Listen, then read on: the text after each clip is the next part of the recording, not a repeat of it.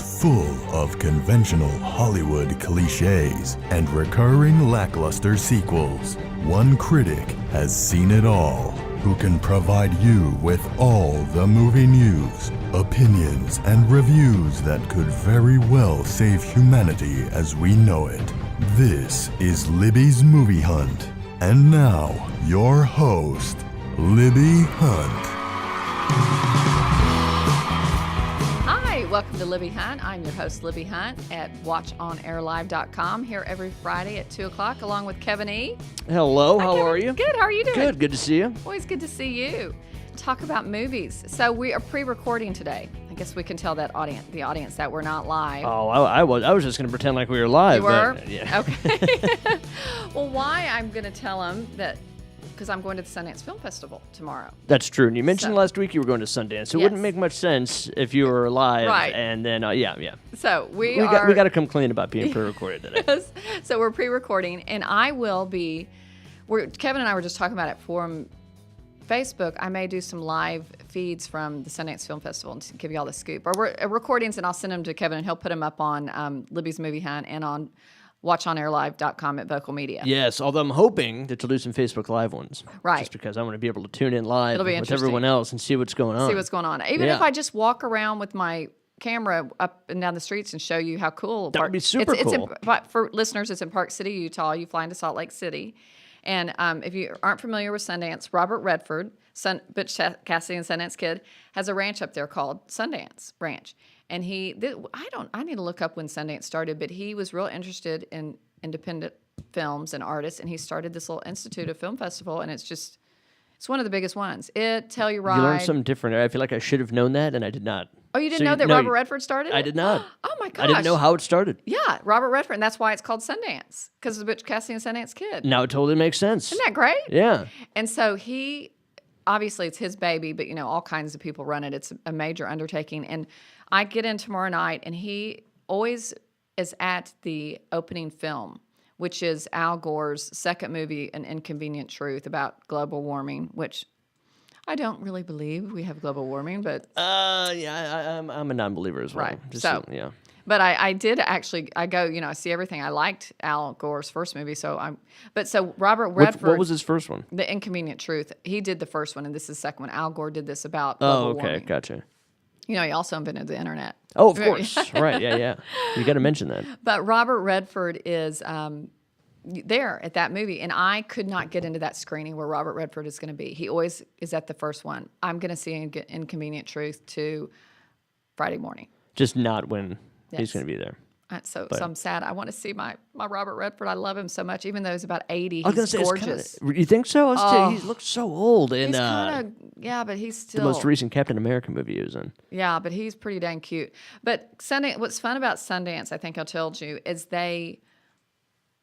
all these famous actresses and actors like to be in these independent films, which they're kind of artsy. They're not all great. They don't all get picked up. But afterwards, they stand up and there's a panel and it's Q&A. So that's the fun part, is getting to see the celebrities.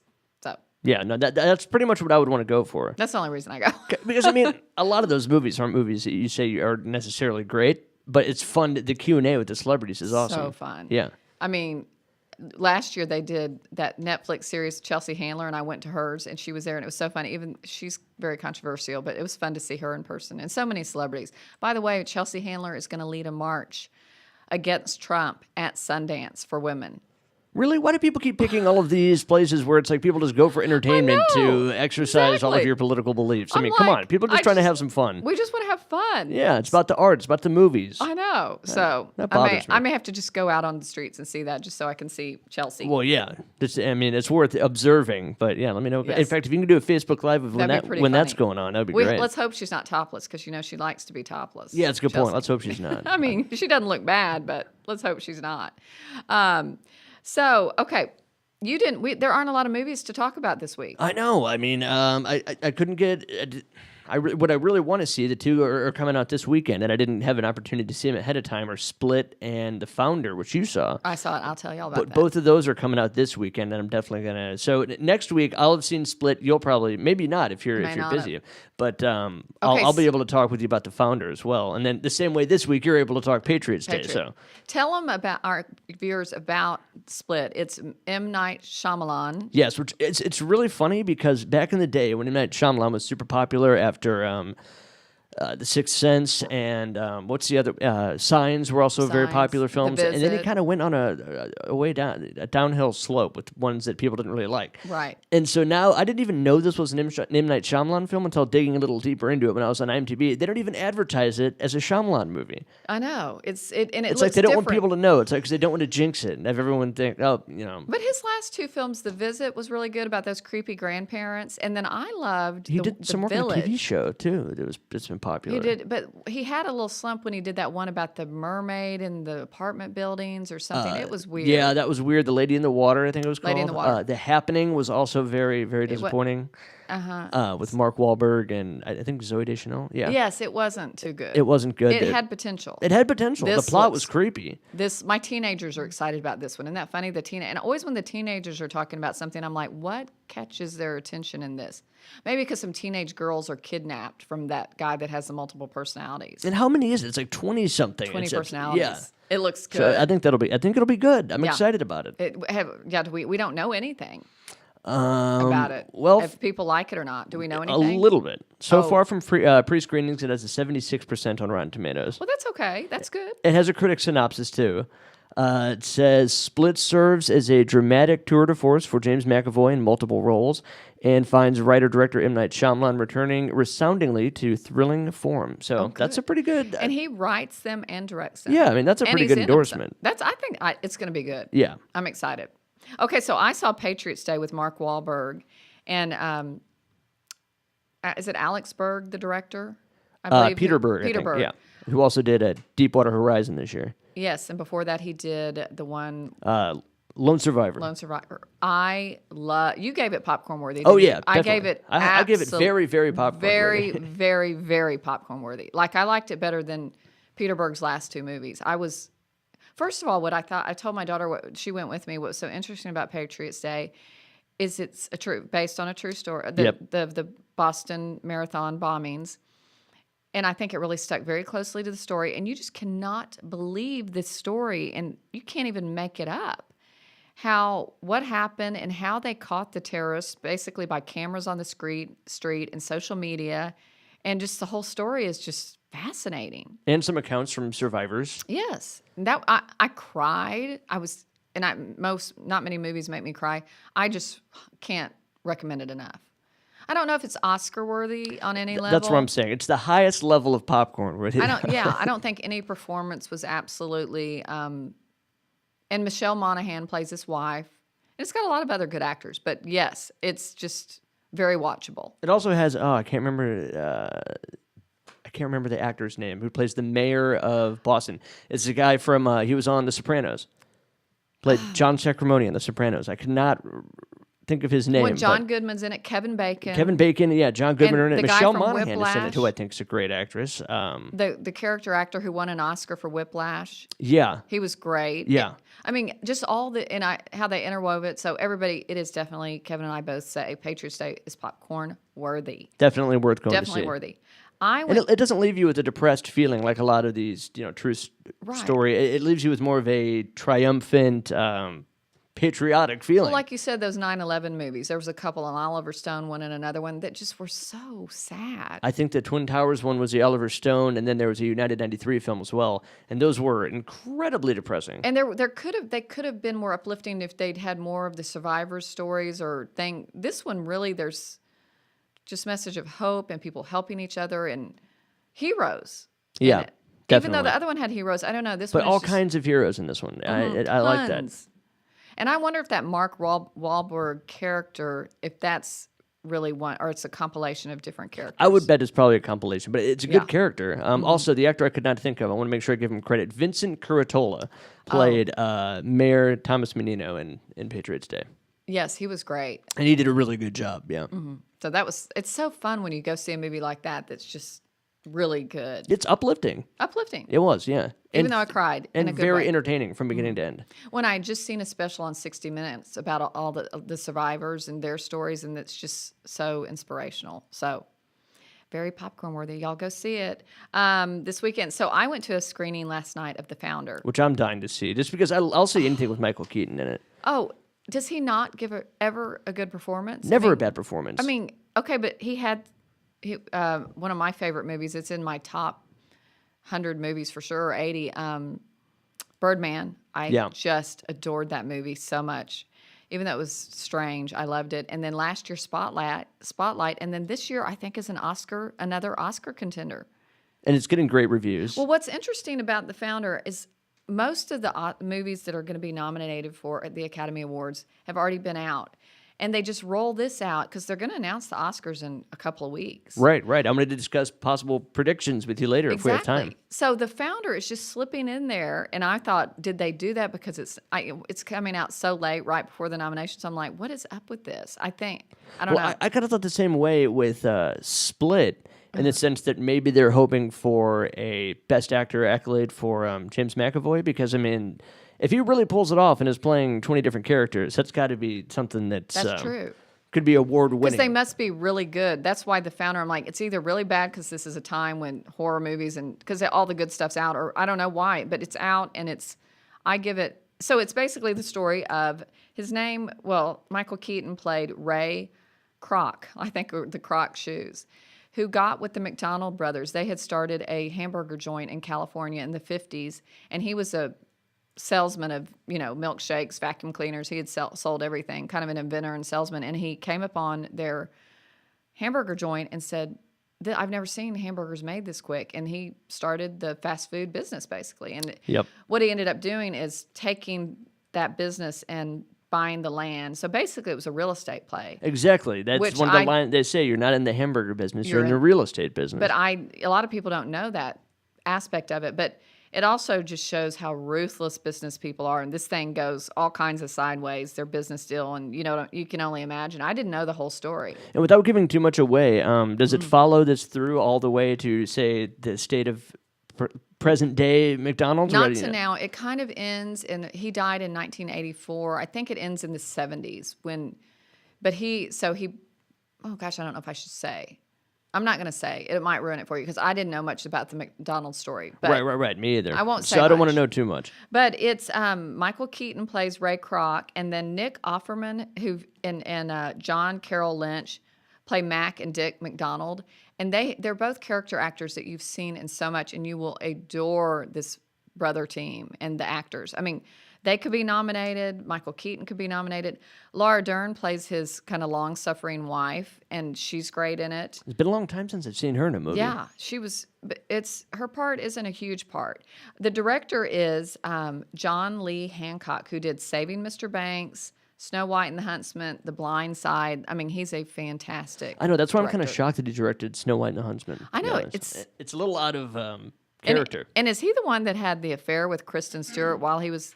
Because remember, she had an affair with the director. I heard about it. I would think that's probably was him. it. I think. Yeah, I don't know. think you're right. Kind of scandalous. Controversial. But my son goes to a lot of these movies with me, and we walked out, and he said, "Mom," and I thought this was so dead on. He goes, "That movie reminded me of like the Social Network. That movie, Facebook meets hamburger, like the hamburger world, like." How Facebook became such a thing and how McDonald's became such an American or just such a worldwide staple, or you know what I mean? Yeah. This movie is kind of like the Social Network, but for fast food. Yeah. It's that story kind of fast-paced, interesting.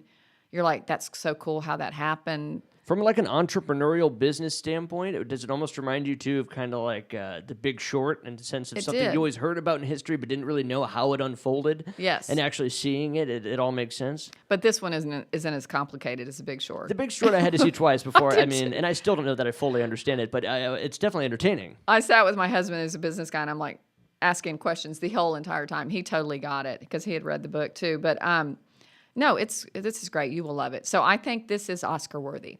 The Founder. And you'll see why it's called The Founder. it's something kind of funny in it. Okay. Because the title is somewhat quirky. Yeah. Did you? I was like, that's interesting. You'll see. Because I can't really tell much about it. I'll give it away. Yeah, you don't want to give too much away. So you're definitely going Patriots Day, highest level of popcorn worthy possible, and then Founders Day, Oscar worthy on so many levels. Best Picture, Best Actor, Best Supporting Actors. So it was great.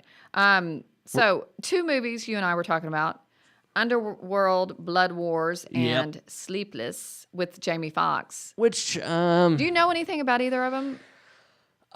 I know a little bit about Did you see the Underworld Underworld franchise. There hasn't been a movie that was well reviewed in the Underworld series in a very long time, and I think they know that. But diehard fans still flock to go see these films, so I don't think it really matters what the reviews are. They'll probably make some money on it.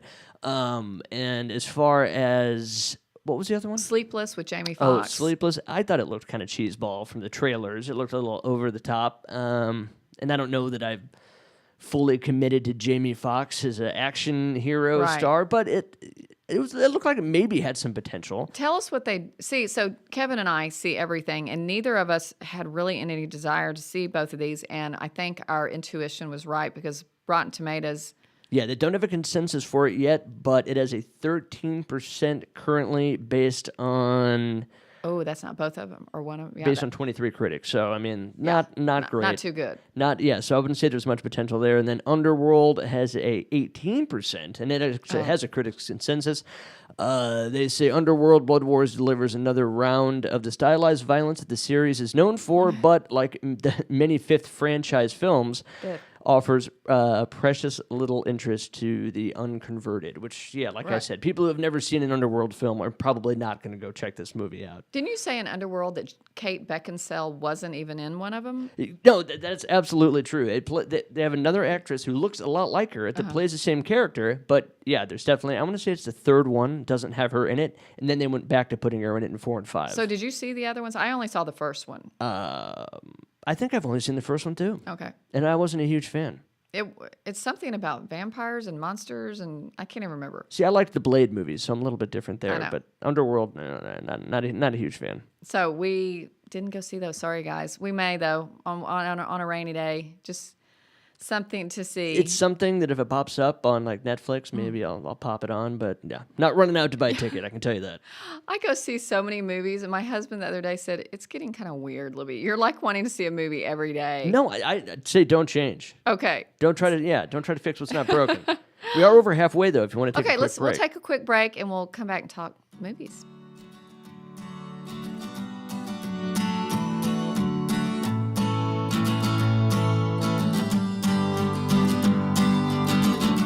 Cut.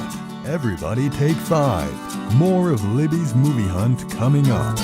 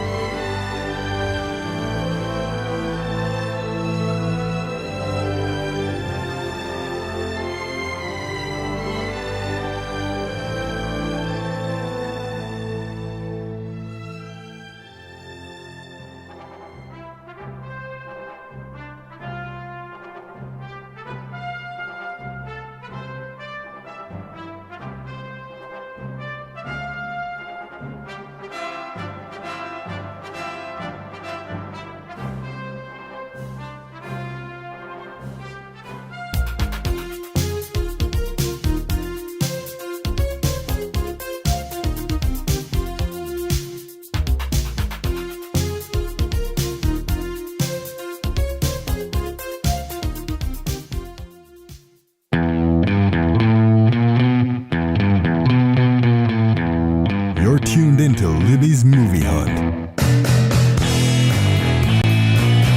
Hello, welcome back to Libby's Movie Hunt. I'm your host, Libby, with Kevin E. Hello, hello. We're talking about movies. We talked about The Founder, which Oscar-worthy, Patriots Day, very, very popcorn-worthy. And so we're going to talk about more movies. Oh, I told Kevin, with Debbie Reynolds passing and Carrie Fisher, the AMC theaters do through Turner Classic Movies once a month or so. They show old movies. And they showed Singing in the Rain this weekend, and I went. It was so much fun to see it on the big screen. So if y'all check that out, look in the paper. Look on Fandango or Movie Phone and look for those old films. It's so much fun to see them on the big screen. This was something I was kind of hoping you would bring up because I didn't see a lot of theaters doing classic Carrie Fisher films because people forget there are other things she was in besides Star Wars that were good. Sleepless in Seattle. No. When Harry Met Sally. She's in the Blues Brothers, if it's very brief. But still, there's some. I think When Harry Met Sally is a pretty good one. She's a pretty central character. She was great. She's been in a lot of things. I know. I was surprised. They sure have talked about her a lot. But it was fun to see Singing in the Rain because it is just such. Do you know it? It didn't get a bunch of buzz when it came out, and it's become. People say it's one of the most iconic musicals of our time. It's definitely one I had to watch in film school. It was great. It's I saw it. It was really crowded. It was Sunday afternoon. I don't know what. It was a rainy day, and after one of the Gene Kelly's dance numbers, everybody was clapping. So fun. I love that when it's like interactive. Yeah, me too. So that was fun. So y'all check that out. Okay, so now we're going to talk about Oscar predictions. Yeah, and if you want to start with the big one with Best Picture, we can go through your top 10. Okay. So what I did if you follow Libby's Movie Hunt on Instagram and Facebook, I had put my top 12, really 10 movies of the year, but they may not all win Oscars. Should I read it to the people? Yeah, go ahead. Read it off real quick. Okay, so my top movie, which I want it to win Best Picture, and I don't know if it will, Hell or High Water, then Nocturnal Animals, La La Land, Hacksaw Ridge, Lion, Hidden Figures, Don't Breathe, which I loved, Girl on the Train, The Innocents, which is a foreign film, Sully, and if I had 11 and 12, Manchester by the Sea, and I may have to move Moonlight up into my top 10. And see where I did not see La La Land. But I'm sure it will be nominated. But I would put the Nice Guys in my top 10. Of course, it's not going to get any recognition. You're right. That came out this year. It was good. It should be in the top 10. But as far as we talked about the Golden Globes last week, La La Land and Moonlight swept the night, basically. Yeah. So what do you think is going to happen at the Oscars? What's going to win Best Picture? Here's one that's shocking to me is your top 10 is pretty close to what people are predicting will be nominated for. Except for Don't Breathe or Girl on the Train. Well, they have Arrival on there. And I don't think that there's a big chance of that getting a Best Picture nomination. As popular as it was. No. It may be nominated, though. People loved that movie. It's true, and now that they've expanded for more films, it could be in there. Don't they have 10 instead of 4 or 5? I think they have 10 best. Yeah, I think they're. Which I'm so glad.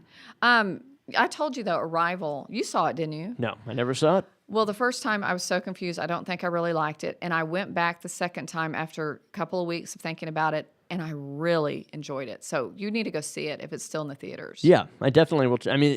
Whether it's on DVD or I rent it or whatever, I'll definitely end up seeing it. But if you're asking for my personal prediction of what I think will win Best Picture, yes, tell us. La La Land.